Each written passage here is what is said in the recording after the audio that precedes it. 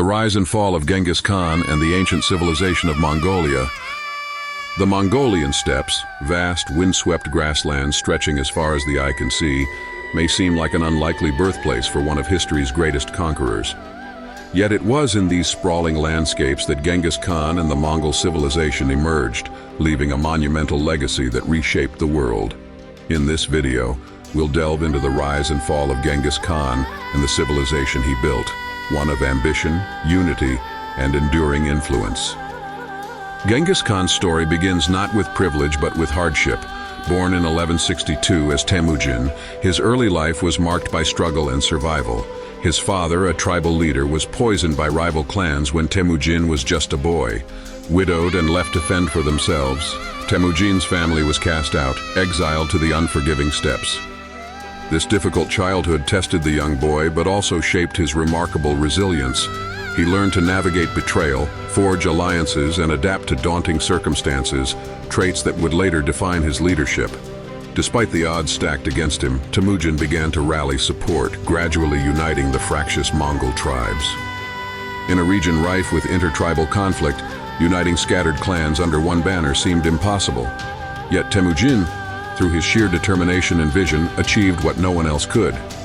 He emphasized loyalty and meritocracy, choosing skilled leaders over hereditary ties, a revolutionary approach for the time. In 1206, after years of battles and diplomacy, Temujin was declared Genghis Khan, meaning universal leader.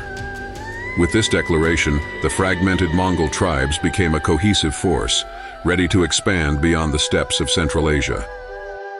What made Genghis Khan and his Mongols so formidable? It wasn't just their strength, but their innovative strategies. Mongol warriors were masters of mobility, capable of covering vast distances quickly on horseback. They used psychological warfare to devastating effect, often spreading fear ahead of their arrival to weaken enemies' resolve.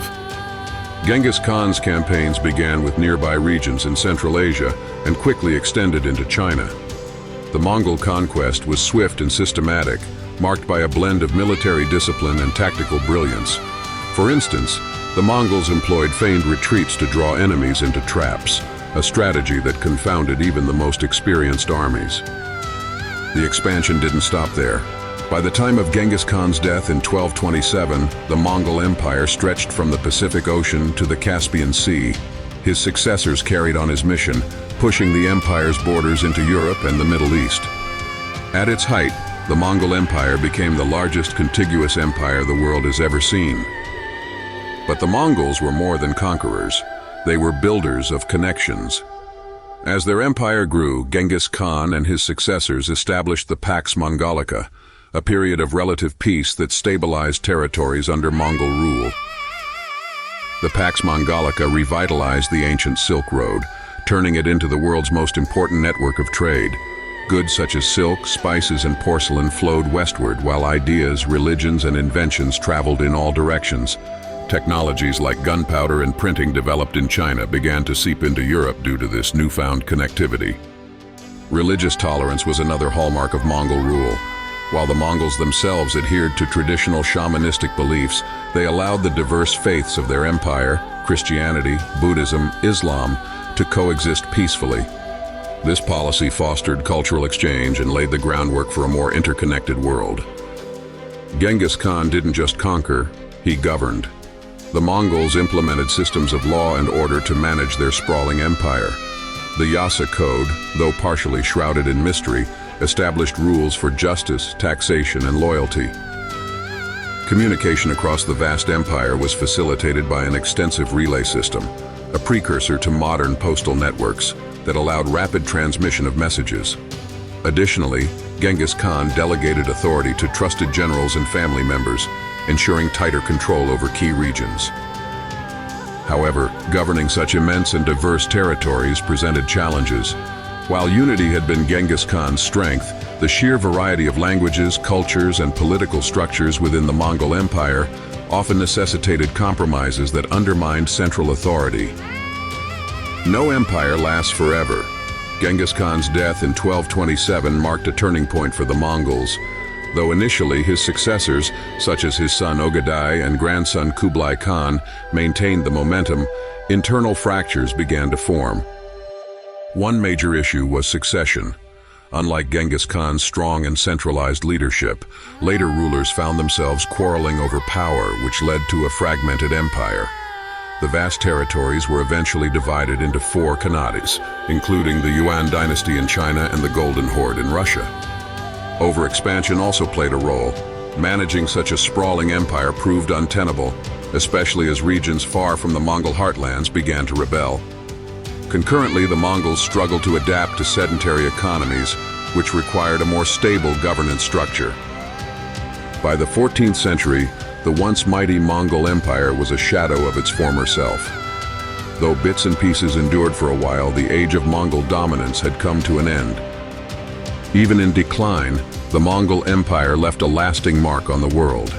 Borders driven by their territorial expansions shaped regions across Asia, Europe, and the Middle East.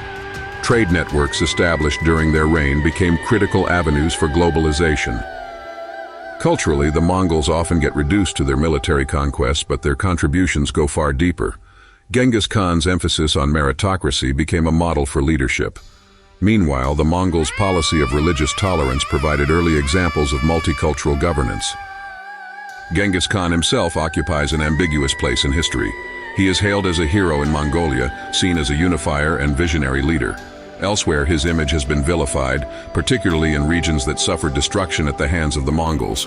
Yet modern historians often see him as a complex figure, one whose actions irrevocably altered the trajectory of human history. The story of Genghis Khan and the ancient civilization of Mongolia is one of extraordinary ambition and resilience. From humble beginnings, Genghis Khan rose to forge an empire unlike any other. His reign was marked by both destruction and creation, war and peace, conquest and cultural exchange. Through his leadership, the Mongols conquered vast lands, reshaped trade networks, and created connections that spanned continents. Yet, as with all empires, the Mongol Empire faced decline, undone by division, overreach, and the inevitability of change. The legacy of Genghis Khan and the Mongol civilization endures as a reminder of the forces that shape our world. The drive for unity, the thirst for expansion, and the fragility of even the greatest powers. Today, the winds of the Mongolian steppes still carry echoes of this remarkable past, a testament to one of history's most transformative empires.